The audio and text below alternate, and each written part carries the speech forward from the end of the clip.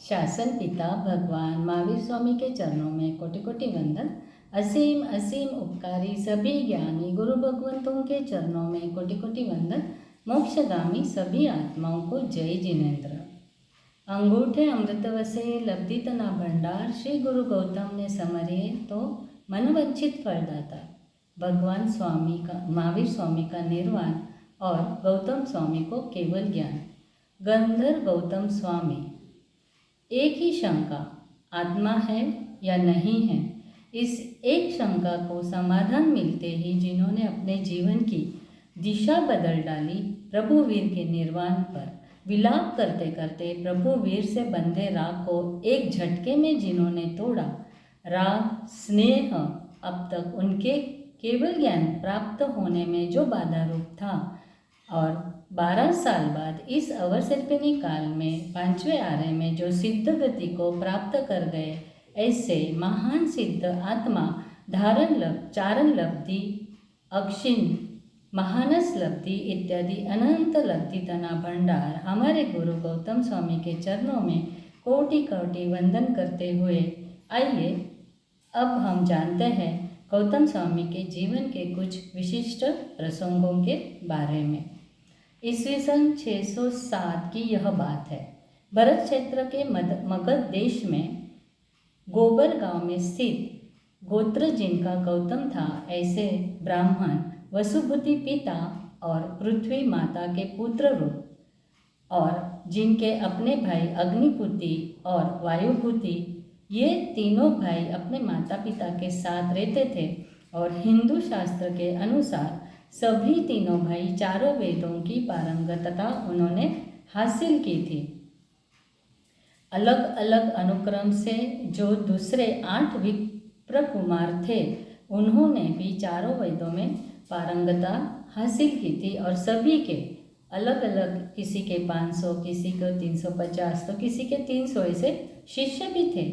इंद्रभूति समेत सभी 11 विप्र कुमारों के जीवन में एक नया मोड़ आया, जब रुंभिका नगरी के बाहर रुचिवालिका नदी के तट पर शामक नामक गाथापति के क्षेत्र में शाल वृक्ष के नीचे तप करते हुए दूसरे दिन प्रभु महावीर को केवल ज्ञान की प्राप्ति हुई, और केवल ज्ञान की प्राप्ति के बाद जब उन्होंने प्रथम देशना दी, तब वह देशना निष्फल हुई।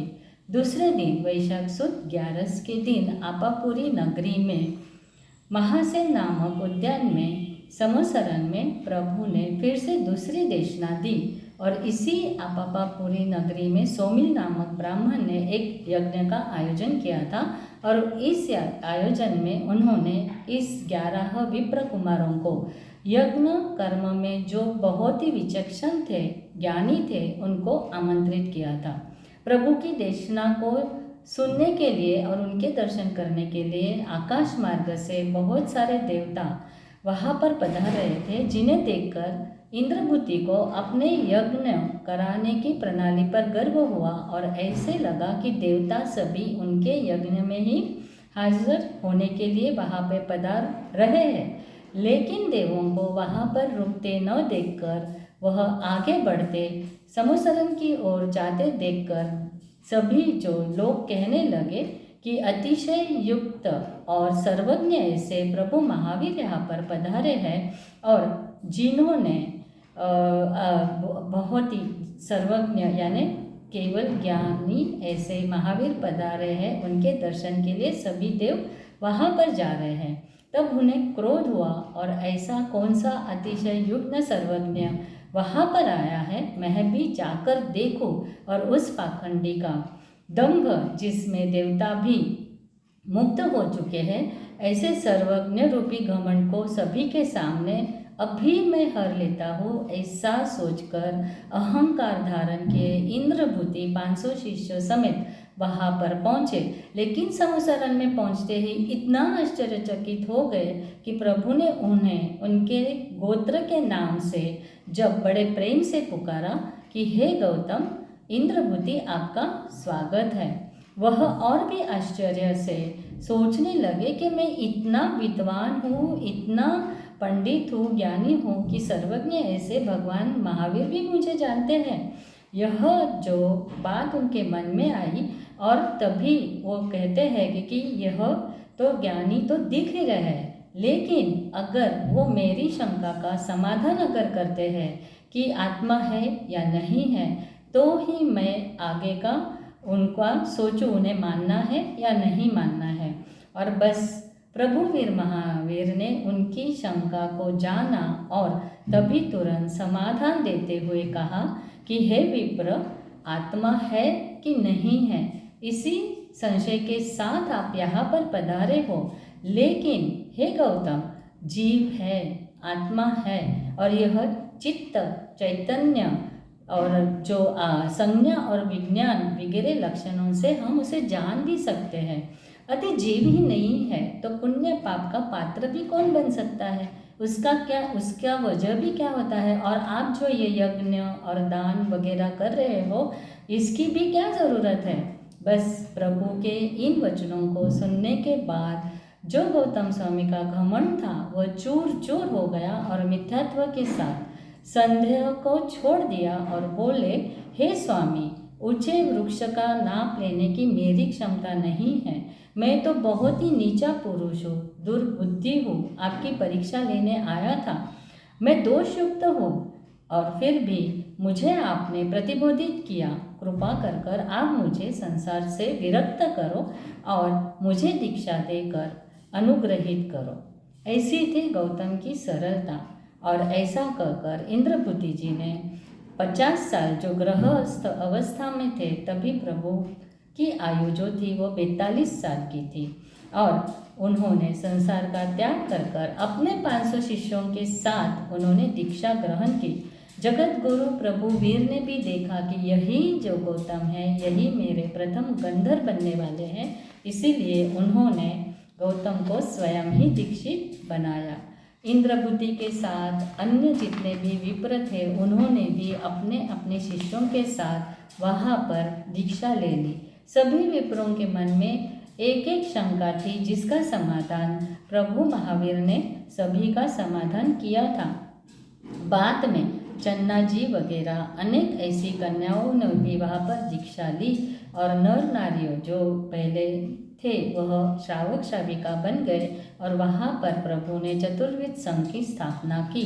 यानी तब से प्रभु वीर का जो जिन शासन चल रहा है वह अभी तक चल रहा है। अब एक दिन कुछ ऐसा बना कि गुरु गौतम का क्षोभ जो था वह क्या था कि जिनको अष्टापद की यात्रा जिन्होंने करने का सोचा। एक बार जब प्रभु वीर विहार कर चंपा नगरी पधारे, तब गुरु गौतम साल महासाल साधु के साथ पृष्ठ चंपा नगरी में धर्म देशना हेतु वहाँ पर पधारे। उनसे प्रतिबोधित होकर गागली राजा और उनके माता पिता के साथ उन्होंने दीक्षा ले ली। प्रभु वीर को वंदन करने हेतु जब गौतम स्वामी के पीछे पीछे ये 500 जो चल रहे थे, उनको केवल ज्ञान हुआ और इस बात से अनजान जो गौतम थे वह समसरण में पहुंचने के बाद ही वह गौतम स्वामी जो प्रभु की 3 प्रदक्षिणा देकर गौतम स्वामी को प्रणाम कर केवली परिषद में जाने के लिए वह वहाँ पर निकले। तभी गौतम स्वामी ने कहा कि आपको मैंने प्रभु को वंदना करने के लिए कहा है। तभी प्रभु ने गौतम को कहा, गौतम केवली की असाधना मत करो। बस यह सुनकर उन्हें क्षोभ हुआ कि मुझसे दीक्षित होकर इतने अल्पकाल में इन्होंने केवल ज्ञान प्राप्त कर लिया और मैं कितना गुरुकर्मी हूँ क्योंकि मुझे अब तक केवल ज्ञान की प्राप्ति नहीं हुई है। तब एक बार गौतम ने प्रभु के देशना में सुना कि जो अष्टापद अपनी लब्धि से जाकर एक वहाँ पर जिनेश्वर को वंदन कर एक रात्रि के लिए वहाँ पर ठहरता है तो वह सिद्ध गति को प्राप्त कर सकता है। प्रभु वीर की अनुमति लेकर प्रभु ने यह जाना कि गौतम स्वामी अगर वहाँ पर जाते हैं तो वहाँ पर जो 1500 तापस है वह दीक्षित होंगे और इसीलिए प्रभु ने गौतम को वहाँ पर जाने की अनुमति दे दी। बस फिर गौतम स्वामी ने अपनी चारण लब्धि द्वारा सूर्य की किरणों की आलंबन से अष्टापद जी की यात्रा की और अष्टापद समीप वो आ पहुँचे। वहाँ सेवाल, दत्त और कौंडिन्य इत्यादि 1500 जो तापस थे वह अष्टापद जी की यात्रा मोक्ष की भावना से चढ़ने आए थे, लेकिन एक एक योजन लंबी लंबी जो सीढ़ी थी वह बहुत ही चढ़ने के लिए कष्टदायी प्रतीत हो रही थी। 500 तापस में से जो 500 तापस थे उन्होंने एक उपवास कर वो पहली ही मेखला में वहाँ पर रुक गए थे। दूसरे 500 जो थे वह छठ का पारना करते हुए दूसरी मेखला में और तीसरे 500 का समूह अट्ठम कर तीसरी मेखला में थक कर रुका हुआ था। वो आगे नहीं चल पा रहे थे। इतने में सुवर्ण कांति वाले और पुष्ट शरीर वाले जो गौतम स्वामी आते हुए देखकर यह सोचने लगे कि इतने स्थूल शरीर वाले मुनि कैसे चढ़ेंगे, लेकिन गौतम स्वामी को तेज गति से आगे चलते हुए देखा और वह अदृश्य भी हो गए। तब उन सभी 1500 तापसों ने उनके आने का इंतज़ार किया और उनकी वापसी में उन्हें हम गुरु बनाएंगे ऐसा उन्होंने निश्चय किया, क्योंकि उनको लगा इनके पास ज़रूर ऐसी जो सिद्धियाँ हैं जिसकी वजह से ही वह वहाँ पर पहुँच गए हैं। अष्टापद पर पहुँचने के बाद वहाँ पर अशोक वृक्ष के नीचे गौतम स्वामी ने धर्म देशना दी। वहाँ पर एक रात्रि गुजारने के बाद वह नीचे आने लगे। जब वो रास्ते में 1500 तापस क्रमशः मिले तो प्रभु गौतम स्वामी को उन्होंने गुरु मानने के लिए विनंती की। तभी गौतम ने कहा, मैं नहीं, आप वीर प्रभु को ही आपके गुरु बनाओ। तब बहुत ही विनंती करने के बाद उन सभी 15 तापसों को बहुत आग्रह करने पर गौतम स्वामी ने सभी 1500 तापसों के वहाँ पे ही दीक्षा दे दी। फिर वह सब प्रभु को वंदना करने निकले और गौतम स्वामी चल पड़े। बीच में भिक्षा का समय हो गया। तभी गौतम स्वामी ने इन सभी 1500 तापसियों को पूछा कि आपको पारना में किसके भाव पारना में किसके साथ करना चाहेंगे। तभी इन 1500 तापसों ने खीर की इच्छा प्रकट की और 1500 तापसों को अक्षिण महानस लब्धि द्वारा एक कटोरे खीर से ही सभी 1500 जो नवदीक्षित थे उनको पायसम यानी खीर से उनका पारना करवाया। सेवाल आदि जो 500 तापस खीर का पारना करते करते अत्यंत शुभ अहोभाव भाते हुए उनको केवल ज्ञान प्राप्त हो गया। दूसरे जो थे वह वहाँ पर दत्त आदि 500 जो थे वह प्रभु के प्रतिहार्य का दर्शन करते हुए ही उनको केवल ज्ञान की प्राप्ति हुई। और तीसरा जो 500 का समूह था उनको ये कौंडिन्य आदि थे, उनको भगवान के दर्शन दूर से करते ही उनको केवल ज्ञान की प्राप्ति हुई। वापस जब समोसरण में पहुँचे तब गौतम स्वामी ने अनजान रूप से प्रभु को 3 वंदना करने के लिए कहा। तभी वापस प्रभु महावीर ने गौतम को कहा, गौतम केवली की असाधना मत करो। तभी गौतम स्वामी सोच में पड़ गए कि सबको मेरे से पहले अल्प समय में ही केवल ज्ञान प्राप्त होता है, मैं कितना लघुकर्मी हूँ। और गौतम स्वामी के पास अनेक लब्धियाँ थी, फिर भी उन्होंने सिर्फ वो 2 लब्धि का ही उपयोग किया था। गौतम स्वामी ऐसे थे ये गौतम स्वामी और आनंद श्रावक के बारे में भी एक कथा जो बहुत ही गौतम स्वामी के गुणों के लिए प्रचलित है कि वो कितने सरल और विनयी थे। एक बार जब गौतम स्वामी गोची लेकर लौट रहे थे तभी उसी गांव के सभी लोग आनंद श्रावक के घर पर जा रहे थे। तभी पूछने पर सभी ने बताया कि आनंद श्रावक को अवधि ज्ञान हो गया है। यह सुनकर गौतम को भी लगा कि मुझे भी आनंद श्रावक के यहाँ पर जाकर यह देखना होगा कि अवधि ज्ञान हुआ है या नहीं हुआ है। और गौतम स्वामी वहाँ पहुँचे। तभी आनंद श्रावक ने बड़ी विनम्रता से उन्हें यह ज्ञात कराया कि मुझे अवधि ज्ञान हुआ है। लेकिन गौतम स्वामी ने उनकी बात पर संशय करते हुए कहा कि ऐसे भ्रम के लिए आपको प्रायश्चित करना पड़ेगा। वापस लौटकर प्रभु वीर से जब पूछा तो प्रभु वीर ने कहा कि इसकी पुष्टि की और गौतम स्वामी को कहा कि आनंद श्रावक ने जो आपसे बात की है तो सही में उनको अवधिज्ञान हुआ है। बस मन ही मन पश्चाताप करते हुए, क्षण का भी विलंब न करते हुए गौतम स्वामी आनंद श्रावक के घर पर पहुँचे और उन्होंने वहाँ पर सरल और विनय हृदय से आनंद श्रावक की क्षमा याचना की। ऐसे थे हमारे गुरु गौतम, जिन्हें स्पर्श करके जो हवा तालाब के जल को स्पर्श करती, उस जल को कोई भी अगर ग्रहण करता तो वो 6 मास तक निरोगी रहता था। प्रभु वीर और गौतम स्वामी का मिलाप प्रभु वीर के 18वें भव यानी त्रिपुष्ट वासुदेव के भव में हुआ था और इस त्रिपुष्ट वासुदेव के सारथी गौतम स्वामी थे। गौतम स्वामी ने खुद ने अपने पूर्व के 6ठे भव में यानी मंगल सेठ के भव में समकीर्ति की प्राप्ति की थी। अब प्रभु महावीर का अंतिम समय नजदीक आया था।